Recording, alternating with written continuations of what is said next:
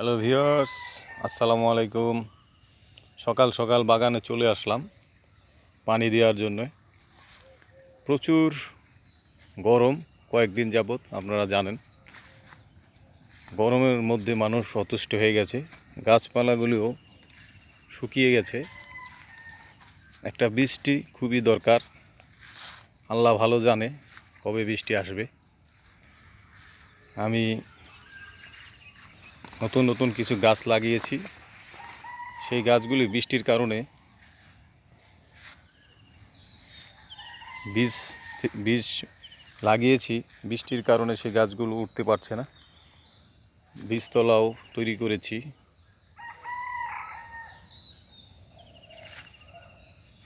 দেখুন, আপাতত মরিচ গাছ আছে। এই দেখুন, আমার একটি গাছ পানির অভাবে মরে গেছে। পানি দিচ্ছি, তারপরও মনে হচ্ছে যেন পানি হচ্ছে না গাছের। প্রচণ্ড গরম। পানি দেওয়ার সাথে সাথে আধা ঘন্টার মধ্যেই 1 ঘন্টার মধ্যে পানি শুকিয়ে যাচ্ছে।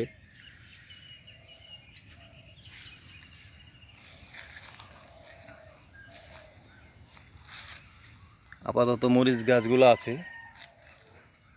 বিভিন্ন ধরনের গাছ বলেছি, করল্লা, সিম, বরবটি,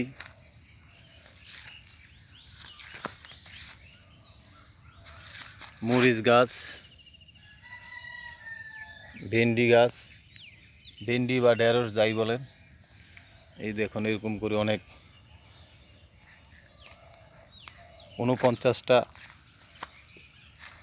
গাছের থল আছে যেখানে আমি বীজ বপন করেছি। এই যে কিছু গাছ বড় হয়েছে।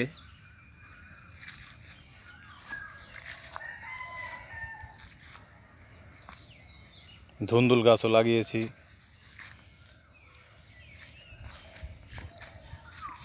দেখুন, আপনাদের দেখাচ্ছি। চেষ্টা করবেন বাড়ির আঙিনায় বা আশেপাশে প্রতি জায়গায় আপনারা কিছু গাছ লাগানোর চেষ্টা করবেন। তাতে আপনার চাহিদাও মিটবে, শখও মিটবে। আপনাদের কাজের ফাঁকে ফাঁকে অবসর সময়ে গাছ লাগানোর চেষ্টা করবেন। ফলের গাছ হোক, ফুলের গাছ হোক, কাঠ গাছ হোক। এদের ঠিকমতো যত্ন করলে এরা আপনাকে নিরাশ করবে না, এরা ফল দিবেই।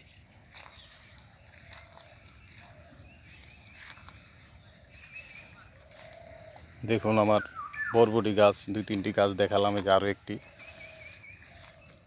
বড় হয়ে গেছে। বয়স কিন্তু বেশি না, বয়স খুবই কম, 1 মাস বয়স।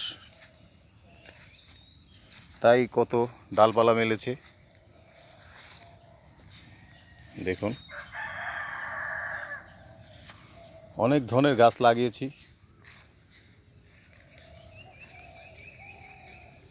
বৃষ্টি আসলে হয়তোবা গাছগুলো মাটি ভেদ করে আকাশের দিকে উকি দিবে।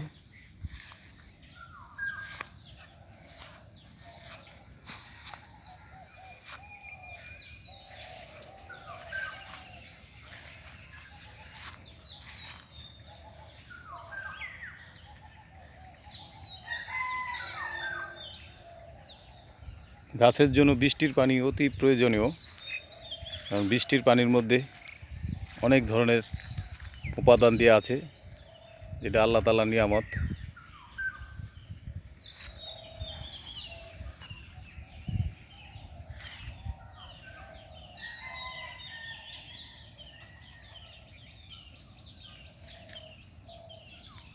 ঠিক আছে, সবাইকে ধন্যবাদ। আবার দেখা হবে।